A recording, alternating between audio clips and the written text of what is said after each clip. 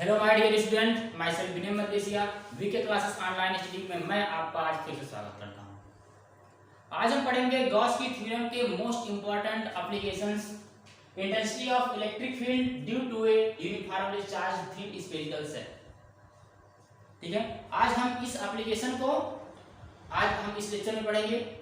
इसका जो हिंदी रूपांतरण है, एक समान आवेशित पतले गोली कोश के कारण वैद्युत क्षेत्र की तीव्रता। ठीक है, यानी कि हम पहले लेट क्या करेंगे, हम यहाँ पर लेट कर लेंगे कि हमारे पास एक समान गोली कोश है, पतला गोली कोश है। ठीक है, हम लेट किया कि कैपिटल आर त्रिज्या का एक समान पतला गोली कोश हमारे पास है। ठीक है, इस पर कर रहा है कि एक समान आवेशित है, तो क्या कर रहे हैं कि इस गोली कोश पर प्लस क्यू चार्ज हम दिए, यानी प्लस क्यू चार्ज दिए हैं। और हम जानते हैं कि प्लस क्यू चार्ज क्या होगा, इसके पृष्ठ पर एक समान रूप से वितरित हो जाएगा।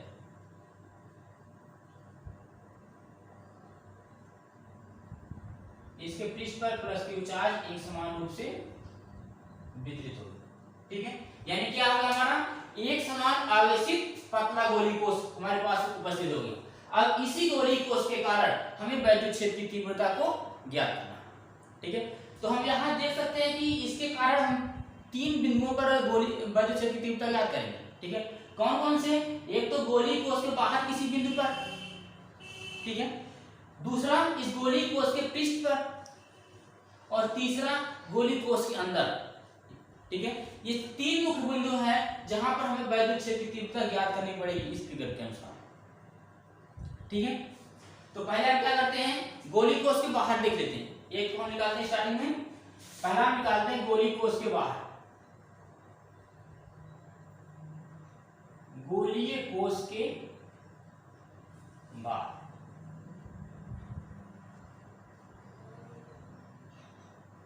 ठीक है, इस पर हम क्या करते हैं, तो लेट कर लेंगे कि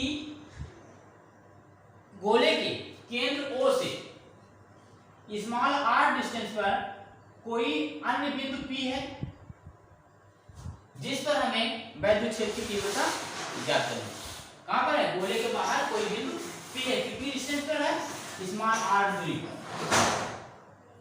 डिस्टेंस हमारा है स्मॉल r। ठीक है, यहां पर जो है स्मॉल r क्या होगा, small r is greater than capital R। Small r की वैल्यू कैपिटल R से बड़ी होगी, यानी ये हमारी बाहर की तरफ है। ठीक है, तो इस बिंदु P यानी इस P पर या r डिस्टेंस के यहाँ एक काल्पनिक गॉसियन पृष्ठ की हम कल्पना करेंगे। ठीक है, काल्पनिक गॉसियन पृष्ठ की कल्पना की गई है, इसलिए हम इसे डायरेक्ट दिखा देंगे। ठीक है, अब हम इस बिंदु P पर वैद्युत क्षेत्र की तीव्रता देखनी चाहें तो इसमें निकाल सकते हैं आसानी से। ठीक है, तो वैद्युत क्षेत्र की तीव्रता निकालने के लिए हम इस बिंदु पर वैद्युत फ्लक्स की गणना करेंगे, और हम जानते हैं कि यदि कोई विद्युत गोली चालक है, ठीक है, तो उसके केंद्र से वैद्युत क्षेत्र की जो डायरेक्शन होती है वो सभी दिशाओं में होती है ना, वैद्युत क्षेत्र की डायरेक्शन सभी दिशाओं में होगी। और चूंकि स्फेरिकल है, इसीलिए इसकी जो क्षेत्रफल सदिश डी है, ये भी वैद्युत क्षेत्र की डायरेक्शन की दिशा में होगी। अर्थात यदि हम बिंदु P पर इस सूक्ष्म खंड अवयव पर क्षेत्रफल सदिश dA को देखें, एरिया वेक्टर को फाइंड करें, और यहाँ इसी पर ही हम वैद्युत क्षेत्र की डायरेक्शन को देखें, इलेक्ट्रिक फील्ड की डायरेक्शन को, दोनों की डायरेक्शन हमारी सेम होगी। ठीक है, इसलिए सूक्ष्म खंड अवयव P पर वैद्युत क्षेत्र की पर वैद्युत फ्लक्स क्या हो जाएगा, हमारा वैद्युत फ्लक्स हमारा d phi e equal to क्या मिल जाएगा हमें, वेक्टर E इंटू डी, ये भी मिलेगा। ठीक है, इसी को हम क्या लिख सकते हैं, यदि इसका स्केलर फॉर्म में लिखना चाहें तो लिख सकते हैं E into D A cos of theta formula होता है। ठीक है, अब यहाँ देखते हैं कि एरिया वेक्टर डी ए और इलेक्ट्रिक फील्ड की डायरेक्शन सेम है, इसलिए थीटा इक्वल टू 0। ठीक है, यानी हमारा cos 0 की वैल्यू 1, इसलिए हमें मिल जाएगा E इंटू डी। ठीक है, इस हमें सूक्ष्म पार्ट पर वैद्युत फ्लक्स की वैल्यू आ गई हमारे पास। ठीक है, अब क्या करते हैं, हमें संपूर्ण पार्ट पर यानी संपूर्ण पृष्ठ पर वैद्युत फ्लक्स कितना हो जाएगा, संपूर्ण पृष्ठ पर वैद्युत फ्लक्स कितना हो जाएगा, इसी का हम इंटीग्रेशन कर देंगे। हमने आपको पहले बताया जब हम सूक्ष्म पार्ट में गया तो संपूर्ण का निकालना है तो बस उसी का इंटीग्रेशन कर देते हैं। और कैसा इंटीग्रेशन करते हैं, ये हमारा क्लोज सरफेस है इसलिए क्लोज इंटरवल करते हैं, अर्थात इसमें कांस्टेंट वैल्यू हमारी नहीं ऐड होगी। यानी डी फाई इक्वल टू क्या का इंटीग्रेशन हमारा हो जाएगा, phi equal to E into closed integration D, और डी का क्या होगा हमारा ए, जैसे डीएक्स का एक्स होता है वैसे डी का ए हो जाएगा, यानी फाई इक्वल टू ई ए। ठीक है, ए क्या है, ये यहां पर इस काल्पनिक पृष्ठ की एरिया है ना। काल्पनिक पृष्ठ की एरिया क्या है, ये हमारा स्फेरिकल है इसलिए स्फेरिकल स्फीयर है, स्फीयर की हमारी एरिया हो जाएगी 4 पाई आर स्क्वायर। ठीक है, आर स्क्वायर लेंगे क्योंकि हम काल्पनिक पृष्ठ की एरिया देख रहे हैं। ठीक है, यानी फाई, इसलिए फाई इक्वल टू हमारे पास क्या मिल जाएगा, E into 4 pi R square. Equation first से मान सकते हैं। ठीक है, अब यहां पर हम देखेंगे गॉस की प्रमेय से। ठीक है, बाय गॉस थ्योरम यानी गॉस की प्रमेय के अनुसार, गॉस के प्रमेय के अनुसार हमें क्या मिल जाएगा, हमें मिलता है फाई इक्वल टू 1/ε0 इंटू बंद पृष्ठ पर आवेश, बंद पृष्ठ पर आवेश। तो हमने आपको स्टार्टिंग में बताया कि हमने बंद पृष्ठ पर कितना आवेश लिया, Q, यानी phi E equal to Q/ε0 हमारा इक्वेशन सेकंड में मिलेगा। ठीक है, इक्वेशन फर्स्ट एंड सेकंड से, समीकरण 1 और 2 से क्या मिल जाएगा हमें, दोनों का एक पक्ष सेम है तो दूसरा भी सेम होगा, यानी E into 4 pi R square equal to phi बराबर एप्सिलॉन 0 है Q/ε0, यानी E इक्वल टू हम क्या लिख सकते हैं 1/4 पाई को एक साथ ले लें 4 pi epsilon 0 into Q/r square. इस फार्मूले को हम लिख सकते हैं। ठीक है, आपने आप पीछे पढ़ चुके हैं कि एक बिजली गोली चालक के कारण किसी बिंदु पर वैद्युत शक्ति तीव्रता का एक फार्मूला आता था।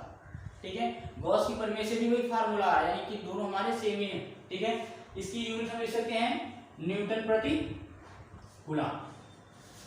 ठीक है, और ये हम यहाँ पर यहीं पर लेट कर लें। ठीक है, कि इसका जो हमारे इस गोलीय पृष्ठ पर सरफेस चार्ज डेंसिटी सिग्मा। ठीक है, तो सिग्मा इक्वल टू क्या मिल जाएगा हमें Q/A, है ना, सिग्मा बराबर Q/A, और A क्या है, ये हमारी इस r त्रिज्या का गोलीय पृष्ठ का सरफेस है। ठीक है, इसकी एरिया।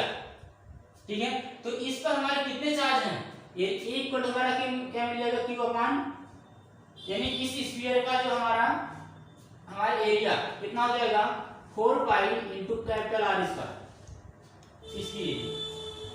ठीक है, इसलिए हमारे पास Q इक्वल टू क्या मिल जाएगा sigma into 4 pi capital R square, ये भी मिल जाएगा। ठीक है, यानी सिग्मा Q की वैल्यू यदि हम इस वैल्यू में रख दें, यानी इसको हम 3 मान लेते हैं, इसको 4, यानी 4 की वैल्यू इक्वेशन 3 में रखने पर हमें क्या मिल जाएगा, इधर हम विलेज कर दे रहे हैं,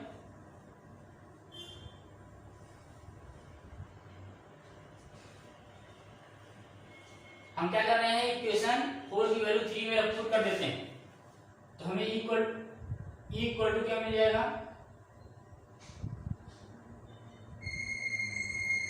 1/4 पाई एप्सिलॉन 0 इंटू Q की वैल्यू हमारे पास आ गई है sigma into 4 pi capital R square upon R square, small r square. ठीक है, तो 4 पाई से 4 पाई कैंसिल, यानी E इक्वल टू हमें मिल गया sigma upon epsilon 0 into R square upon R square,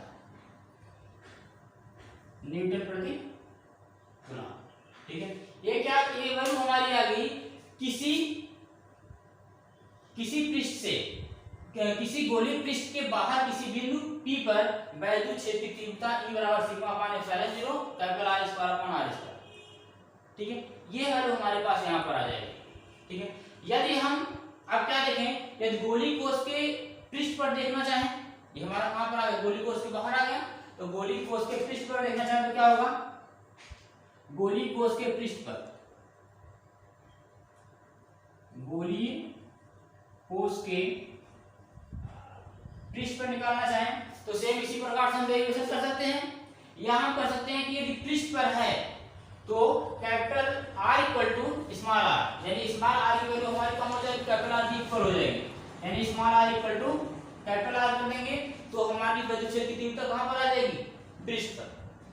ठीक है, इसलिए हमारा क्या हो जाएगा, E equal to sigma upon epsilon 0 into R square upon R square, यानी R स्क्वायर कैंसिल हो जाएगा, वैद्युत क्षेत्र की तीव्रता E equal to sigma upon epsilon 0 newton प्रति कूलम, ये वैल्यू हमारी आ जाएगी। ठीक है, या हम इस फार्मूले में रखेंगे E equal to R equal to capital R, तो हमें एक और दूसरा फार्मूला मिल जाएगा, E equal to 1 upon 4 pi epsilon 0 Q upon capital R square. ठीक है, दोनों फार्मूले को मिल सकते हैं, यानी कहीं पर भी हमें विद्युत चालक के कारण गोली वैद्युत क्षेत्र की तीव्रता ज्ञात करनी है तो 1 अपान 4 पाई एप्सिलॉन 0 Q अपान R स्क्वायर, जिस प्रकार डिस्टेंस होगी उसी प्रकार डिस्टेंस को हम लिखेंगे। ठीक है, और गोली पृष्ठ के बाहर किसी बिंदु पर हम वैद्युत क्षेत्र की तीव्रता लिखेंगे तो equal to sigma upon epsilon 0 into R square upon R square. ठीक है, ये हमें मिले। ठीक है, यानी हमारे पास दो हो गई, यानी गोली कोष के बाहर हो गया, गोली कोष के पृष्ठ पर हो गया।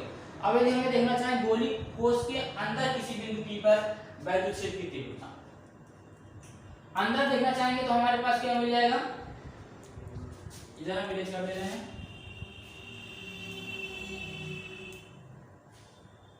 गोलीय कोष के अंदर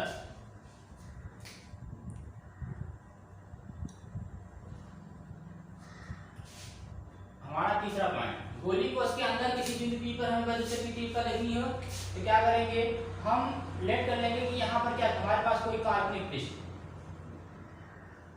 गोली कोष के अंदर हमारे पास कोई काल्पनिक पृष्ठ है। ठीक है, जो केंद्र O से r डैश दूरी पर, स्मॉल r डैश दूरी पर। ठीक है, हमें इस बिंदु पर वैद्युत क्षेत्र की तीव्रता ज्ञात करनी, तो हम यहाँ देखेंगे कि गोली कोष के अंदर जो है आवेश क्या होता है, शून्य होता है ना, गोली कोष के अंदर आवेश शून्य होता है, अर्थात Q इक्वल टू 0। तो इक्वेशन 3 से क्या मिल जाएगा हमें, E equal to 1 upon 4 pi epsilon 0 upon R square, R dash का स्क्वायर। ठीक है, यानी क्या हो जाएगा, इक्वल टू 0। ये क्वेश्चन हम रखेंगे तो हमारे पास क्या आ जाएगी, वैद्युत क्षेत्र की तीव्रता हमारी शून्य है। ठीक है, इससे क्या निकला, निष्कर्ष निकलता है कि गोली किसी भी गोली पृष्ठ के अंदर वैद्युत क्षेत्र की तीव्रता कितनी होती है, 0। ठीक है, तो ये था हमारा ये इंपॉर्टेंट डेरिवेशन, आपको आसानी से समझ में आ गया होगा। ठीक है, तो इसके लिए हम कुछ ज्यादा नहीं करेंगे कि बस हमें एक गोली पृष्ठ मानना है, उसके बाहर किसी बिंदु P पर, उसके पृष्ठ पर किसी बिंदु P पर, उसके अंदर किसी बिंदु पर हमें वैद्युत क्षेत्र की तीव्रता ज्ञात कर लेनी है। ठीक है, इसके बाद एक और हम छोटा सा इंपॉर्टेंट एप्लीकेशन चलते हैं, deduction Coulomb's law by Gauss theorem. ठीक है, यानी गॉस के नियम के अनुसार हम गॉस के नियम से हम कूलॉम के नियम की प्राप्त ज्ञात करेंगे। ठीक है, इसे मैं रख कर दे रहे हैं, इसकी आवश्यकता नहीं है।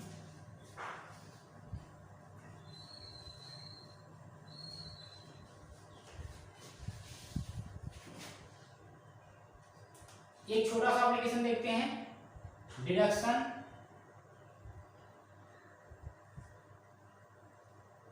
कूलॉम्स लॉ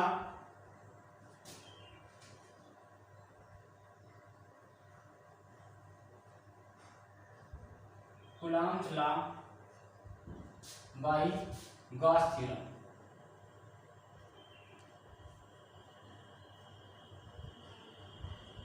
ठीक है, deduction Coulomb's law by Gauss theorem, यानी हम क्या कर रहे हैं, गॉस के थ्योरम के आधार पर कूलाम की नियम की प्राप्ति कर रहे हैं।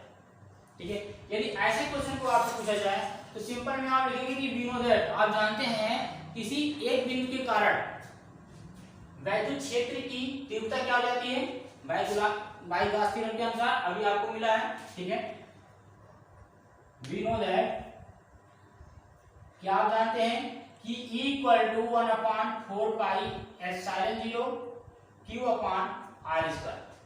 ये किसी एक बिंदु आवेश कारण यानी किसी बिंदु गोली चालक कारण वैद्युत क्षेत्र की तीव्रता यह जाती है बाई गॉस थ्योरम के अनुसार।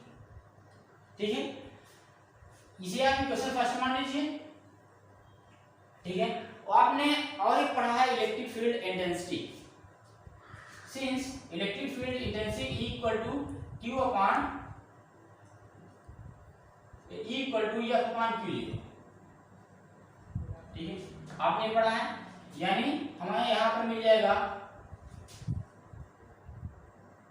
बस इसी इक्वेशन की हम तुलना करते हैं, यानी इक्वेशन फर्स्ट और सेकंड से क्या मिल जाएगा, by equation first and second से हमें क्या मिल जाएगा, F upon Q0 equal to 1/4 pi epsilon 0 into Q upon R square. ठीक है, Q0 का हम क्रॉस मल्टीप्लाई कर दें तो क्या मिल जाएगा, F equal to 1/4 pi epsilon 0 into Q0 upon R square. ये क्या है हमारा, यही हमारा है कूलॉम्स लॉ। ठीक है, यानी इसका यूनिट लिखेंगे हम न्यूटन। क्लियर है, यानी कि इसके लिए हमें बहुत कुछ करना नहीं है, यदि हमें डिडक्शन करना है कूलॉम्स लॉ का बाय गॉस थ्योरम द्वारा तो हम बस लेट कर लेंगे कि हमारे पास किसी बिंदु आवेश कारण वैद्युत क्षेत्र की तीव्रता equal to 1/4 pi epsilon 0 Q upon R square ये होती है। ठीक है, अब equal to F upon Q0 इस फार्मूले को भी हम जानते हैं इलेक्ट्रिक फील्ड इंटेंसिटी। ठीक है, इन्हीं दोनों फार्मूलों